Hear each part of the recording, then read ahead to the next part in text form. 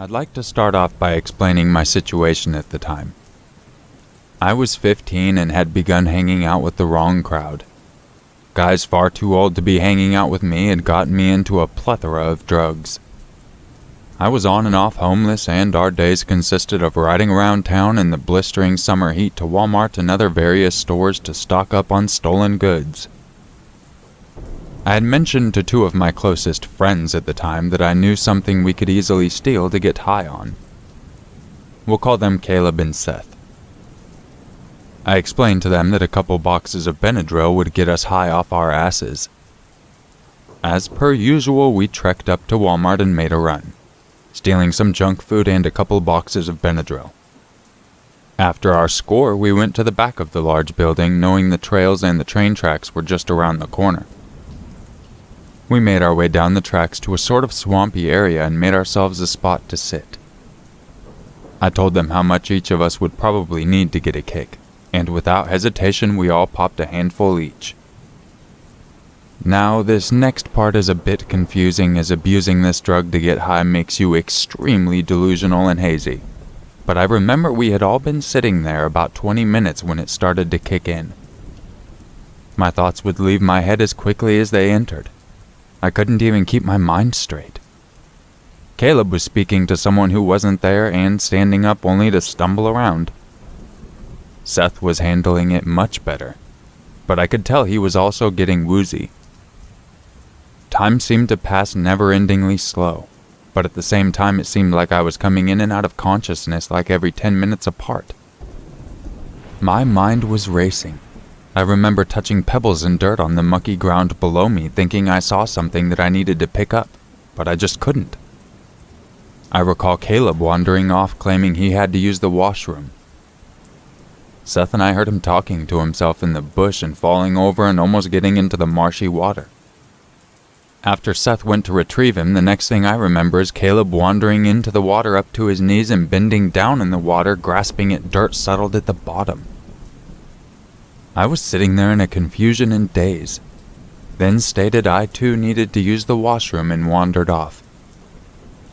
After that, I literally don't remember anything up until nightfall. I briefly remember I had taken off my shoes and socks, or lost my shoes, then took my socks off too. I was running along the tracks barefoot, landing on each wooden rung across the bottom like a madman.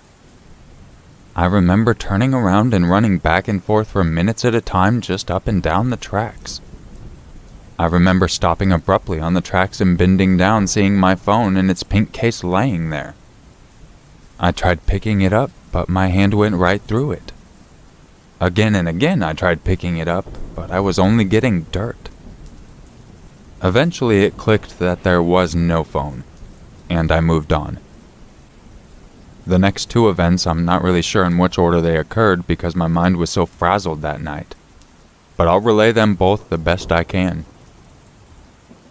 First, I'll start with what else I remember happening on the tracks.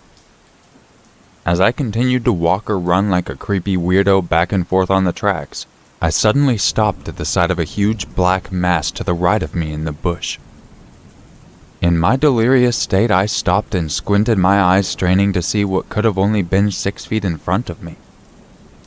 I heard it grunt. It was a massive black bear, and to my horror, two smaller black masses were moving below her. For some goddamn reason, I just moved along, and lo and behold, I forgot in my whacked-out mind what I had just witnessed. I turned around as I had been doing for the past hours, pacing on those tracks, and marched back in the direction of the bears. I remember passing it again, freezing, hearing its bluff, and then running. I finally realized what danger I might have been in and made my way out of there somehow. I don't recall much because my consciousness kind of came in waves. The next thing I can recall, I was walking down a dark paved dead-end road, and there were only houses on one side. I was glancing around in my paranoia when I heard a familiar voice call my name from a house with its lights on. I heard loud music coming from it as I got closer and closer. As I approached the door, the music stopped. It reminded me of my grandparents' house as I entered. I recall asking myself if it really was okay to come in when I heard another invitation from my friend asking me to join her. I stumbled through the slightly open door to a hallway and a doorway and took a right into the doorway, which turned out to be this guy's living room. I have to mention that I'm a huge animal lover and have a black lab that's been my best friend for 13 years. So when I entered this man's living room and saw a goofy-looking black lab with huge floppy ears and a wagging tail, naturally the first thing I did was sit on the plush carpet next to her and began petting her and playing with her ears. She didn't seem to mind at all that I was intruding. Suddenly, as I'm patting his dog on the head, the house owner comes out of the hallway and stares at me in horror. "What are you doing in my house?" he questioned me sternly. I don't remember what my reply was, or if I even replied at all. I remember him telling me to get out, and I obliged. He followed me out the way I came in all the way to the end of his driveway, again asking me, "What were you doing in my house?" I think I remember him asking me if I needed an ambulance or a taxi or something, and I refused. As I began to walk away, he spat, "Don't come back to my house." I told him I wouldn't. All I remember next was beginning to sober up, walking and shivering on the cold pavement in only a t-shirt and leggings. Though it was summertime, I live in Canada, and it gets very cold at night, regardless of the season. I looked up ahead of me and see the "Welcome to blank" sign. I had been out of town. I walked so far up and down those train tracks I ended up outside of town. I was hours away from my home at the time, a makeshift bed under a set of stairs near my mother's house. As what had really happened all that night began to set in, a miracle of some sort landed upon me. 2 young women pulled over, seeing the fact I had almost no clothes on and no shoes and was walking alone at night, and it must have been 5 a.m. They asked me if I needed a ride, and I insisted I didn't. But they told me they were safe people and were concerned for my safety. So I agreed and got in. They brought me right to where I was staying, and I thanked them profusely before they drove off. This is by far the worst trip and drug experience I've ever had. There were so many scenarios where I could have lost my life or worse, but some kind of luck I held with me that night saved my ass. I am now 17 and clean, and I live a happier life away from that town.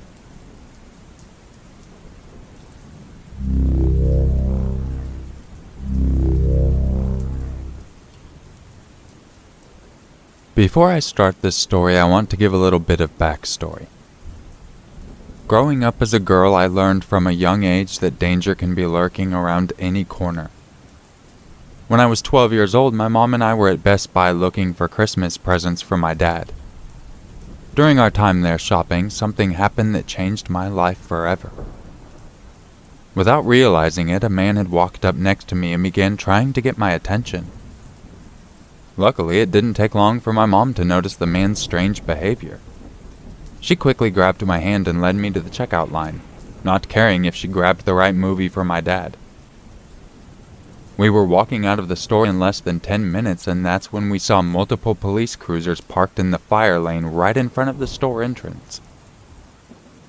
The same man that my mom had pulled me away from was leaning over the hood with his hands cuffed behind his back as the officers prepared to load him up. My mom never reported anything to the police since the man was already being arrested. She thought him acting strange wasn't worth reporting since she didn't know the reason for his arrest, and nothing had happened to me. Or at least that's what she thought until 2 police officers showed up at our house soon after that day. The lead officer's name was Sean Potter. He was a sergeant with the Detective Division of Robbery and Homicide Unit, which served with the Domestic Violence and Sex Crimes Unit in the ACCPD. We were informed that they were reviewing Best Buy's security cameras. They saw the man inappropriately touch multiple children that day in the store before his arrest. They also saw that he had exposed himself to me when my mom wasn't looking. They said by the way he was behaving, it looked like he was trying to lure me away from my mom. 15 years later, I still can't remember everything that happened. That's partly because of my brain repressing some of the memories from the traumatic event, and other part is the fact that I didn't realize what was going on. What 12-year-old would? I still wonder to this day what he was going to do to me after he successfully lured me away. That wasn't the first or the last time I would be a targeted victim, or be involved in some sort of way. It's happened a couple of times since that's helped fuel my crippling anxiety and PTSD. So, even at the age of 27, I'm still too scared to wander off alone without someone and avoid walking anywhere at night. If I'm going on my own, whether I'm running to the store or going for a walk on the trails at a local park, I'm always prepared to defend myself. Sometimes I'll carry 3 or 4 options for self-defense: a knife, taser, pepper spray, and a crowbar in my car. Yeah, I know, it's overkill. But you also have to understand I'm 4'11" and hardly over 100 pounds. So even though I could go Mike Tyson on a bitch and rip off someone's ear if I was attacked, I know I can only do so much damage with my size. But I'm at a turning point in my life where I'm trying to face my fears and anxiety. A little after Hurricane Irma hit Florida in September 2017, it became a slow-moving tropical storm and then a depression by the time it hit my home in Athens, Georgia. It brought several hours of heavy rain with strong wind gusts that reached 40 through 50 miles per hour. The wind wasn't too bad, but the rain was horrible. We were already having a wet summer, about twice more than we usually get. Since our area is used to getting droughts, the soil doesn't handle that much rain very well. It didn't take long before the trees started blowing down. I remember my husband and I sitting under the carport as we heard numerous trees crash down and transformers on power lines explode. Fast forward to the next week. I was hauling all the large tree branches that littered our property with my RAV4. It was dusk and the sun had just fully sunk behind the horizon, but there was still just enough light for me to hook up my last haul. Before I began, my husband left to go pick up takeout, seeing as I had been working most of the day in the yard. It had been nearly 90 degrees Fahrenheit, 32 Celsius, that day, so I was exhausted from the heat. But worst of all, it was also humid. Summers in the southern United States are always really hot and humid. September was always awful. When I moved my SUV to the other side of the property where the woods began, I left the headlights on and brought a flashlight with me just to make sure I could see well. The last thing I wanted was to step on one of 6 venomous snakes we have here. Within minutes it was nighttime, and besides what my headlights shined on, the forest was pitch black, and it seemed like none of my neighbors were home. It was the weekend and there was a football game in town. Athens is known for its large university and football team. As soon as I stepped out of my vehicle, I was on edge and felt like I was being watched. Until now, I've never willingly stepped a foot in the woods alone at night before. I've always been too scared to. I mentally acknowledged that it was probably just my anxiety trying to get the best of me, so I just tried to push the feeling away.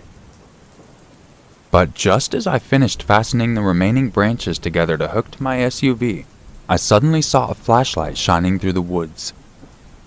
Even though they were only about 100 yards away, and I could tell that they were in the neighbor's yard, I shined my light back at the person, acknowledging that I had seen them. I thought it was just a neighbor maybe checking on something that looked weird or out of place. The house we had just moved into had previously been empty for over a year after the last owner moved out and listed it for sale. Maybe they just didn't realize we had moved in 2 months ago. Now thinking back, that was stupid. Who wouldn't realize someone had moved in almost 2 months ago? As I watched the light begin to move, I could hear footsteps slowly making their way through the thick underbrush, just on the edge of the woods. I stood there for a few seconds and then flashed my light off and then back on, trying to get some kind of reaction or response from the stranger. They stopped walking before copying me. On, off. A few seconds ticked by before the light came back on, and then went off. I waited for the light to come back on, but it never did. As soon as I heard the footsteps continue making their way towards me again, all the hairs on the back of my neck stood up. Now it felt like they were messing with me. Without meaning to, my internal thoughts slipped out of my mouth. Nah, fuck that. I instantly dropped everything I had and quickly went to my car. I promptly locked all the doors after I jumped in and dialed my husband. I was too scared to drive my SUV to the driveway. I feared they would have enough time to make their way to the entrance of our house and find a hiding spot before jumping me. I had heard of many people being surprised while getting out of their cars. I called my husband at least 5 times, but he never picked up. He was probably inside picking up our food and had left his phone in the car. I debated on calling the police, but I was worried about overreacting. I would be so embarrassed calling the police for nothing. I also thought about leaving, but I knew my dog and cat were inside and I couldn't just leave them. The door in the garage was also unlocked, giving the man easy access to the house. My anxiety was giving me anxiety at this point. Our backyard fence was right up against these woods and the security light was on, lighting up half of the yard. I checked around my SUV 3 times to make sure the person hadn't already snuck up on me when I wasn't looking. Then I searched our backyard. I didn't see anyone or any movement, and knew that now was my chance to go. I get out, locked my vehicle, and began making my way to the house. I didn't run since the house wasn't too far away and I would rather be able to hear the slightest noise nearby. But I for sure didn't take my time. I glanced behind me at the spot where I had last seen the light in the surrounding area. Nothing. Now I was feeling crazy and confused. I looked back to our backyard, and the mysterious light was suddenly right behind the chain-link fence. The light was above the person, so I couldn't actually see who it was. The fence was only 100 feet from me, and the figure was tall, at least 6 feet, and had broad shoulders. Right away I was able to tell that the silhouette was of a man. With the way he was holding up his flashlight, the bright light made it impossible to see his face, and he was, of course, just out of reach of the security light. I didn't say a thing or even scream. I just booked it. I actually ran so fast I had almost tripped over my own work boots. It almost felt like my legs were running faster than the rest of me. I now get why people fall so much in horror movies. As I was about to bust through the door in our carport, I thought of something over all the panic and adrenaline. The back door that leads into the backyard was unlocked. I crashed through the door before slamming the door closed. I locked the door and sprinted through our house. I ran into the kitchen island, knocking over things I had just unpacked. But it didn't slow me down, nor did the sounds of things falling and breaking. My boots were probably muddy and no fucks were given as I ran through the white carpeted living room.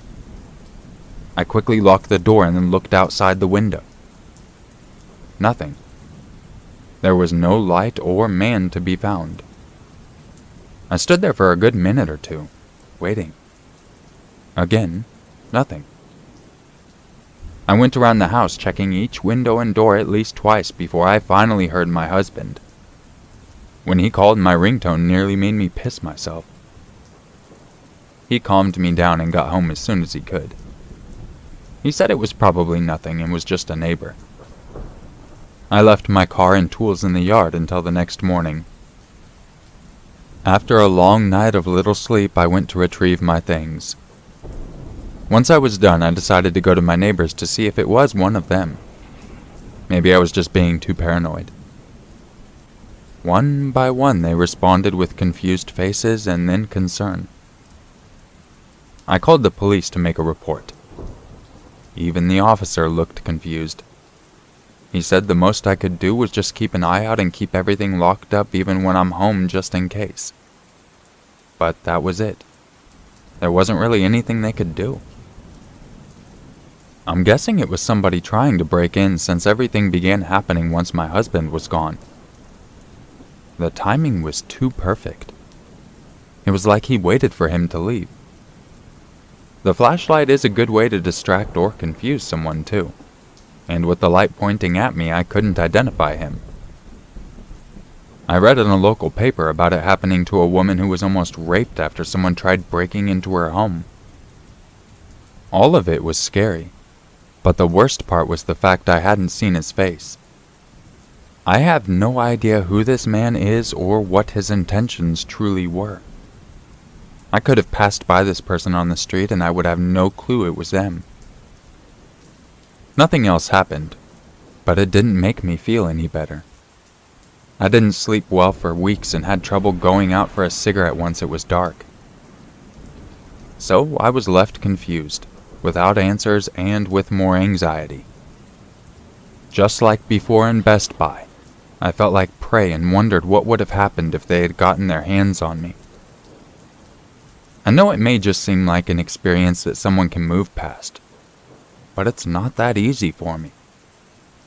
It's been almost 1.5 years since it's happened, and I still get uneasy being outside at night when I have to put up my chickens. Luckily, we're moving in a month, so I can finally feel at ease. Again, I know it's important to face your fears, but just realize that sometimes there are things you should be scared of. Please be safe out there, and if you get a gut feeling, just listen to it. I would rather feel stupid later on than wishing I had listened to myself. Better safe than sorry.